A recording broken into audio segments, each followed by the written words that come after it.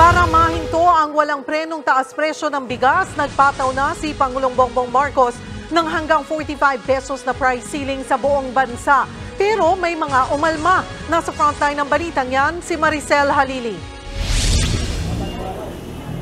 Hanggang ngayon, umaaray pa rin ang mga mamimili sa presyo ng bigas. Sa monitoring ng Department of Agriculture, 42 hanggang 55 pesos kada kilo ang regular milled rice sa Metro Manila, habang 48 hanggang 56 pesos ang bentahan ng well-milled local rice. Dahil higit isang taon ang hirap mapababa ang presyo ng bigas, magpapatupad na ang gobyerno ng price ceiling ng bigas sa buong bansa.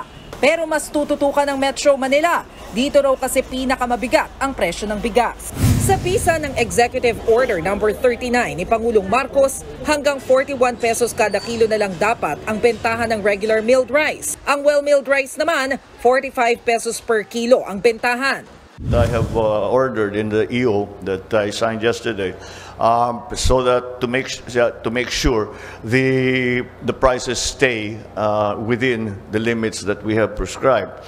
Now, the real problem is in NCR. It's not so bad outside of Manila, Metro Manila. That's why maybe we will be focusing our efforts in Metro Manila. Paglilinaw ng Department of Trade and Industry, hindi kasama ang premium rice sa price ceiling. So lalagyan natin ng ceiling para maiwasan yung nangyayaring manipulasyon sa merkado, no? Na kahit na merong supply, tumataas yung presyo. Nakita natin kasi itong mga nakarang araw, biglang sumipa yung taas eh. Pero ang kilusang magbubukid ng Pilipinas, natataasan sa price ceiling. Kahit po nabili ng 22 pesos sa amin pong kwenta sa rule of thumb na i-multiply mo ng 70%, ito po yung milling, holing, sako at iba pa, hindi po dapat tumaas sa 37 pesos and 40 centavos. Hirit naman ng grupong Bantay Bigas, dapat ibalik sa National Food Authority ang mandatong bumili ng bigas sa lokal na magsasaka para mura itong mabenta sa mga palengke. Ngayon pa lang ay dapat mamili na ng mga palay ng ating mga magsasaka. At least 20 to 25% ng ating local production ay bilhin ng NFA. Ipagiling niya ito, yung pagbili niya ay dapat direkta sa ating mga magsasaka, no? Pero kung ang Federation of Free Farmers ang tatanungin, masyadong mababa ang price ceiling sa bigas. Baka raw magkaroon pa ng dayaan sa label ng bigas sa palengke para hindi malugi ang retailers. Sa tingin namin, talagang very tight na yung supply ng bigas ngayon. And that is the main reason why prices are going up. No?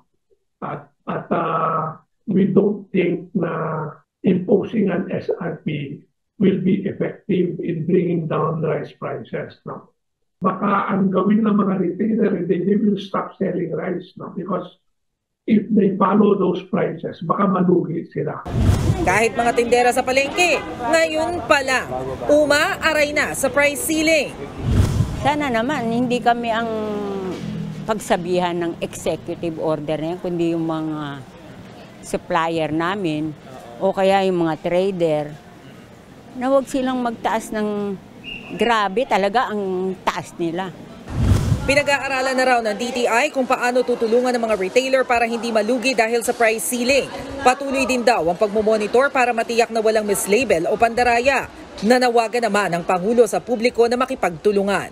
I would encourage anyone who finds that someone or retailer is selling at above the price ceiling, i-report po ninyo.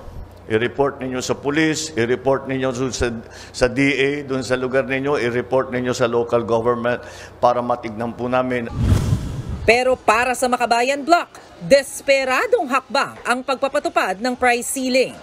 A desperate move to quell the people's mounting frustration over his failure to deliver his campaign promise. Kasi ang sinabi niya, 20 pesos per kilo ng bigas. Parang nagpapabango lang ang Pangulong Marcos dito sa EO 39 dahil matagal na talagang kailangan na kinilusan talaga ng Administrasyong Marcos itong patuloy na pagtaas ng presyo ng presyo ng bigas.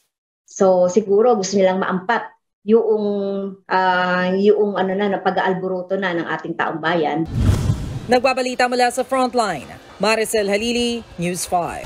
Mga kapatid, Lucy Cruz Valdez po, maging maalam at may pakialam sa mga napapanahong balita sa bansa.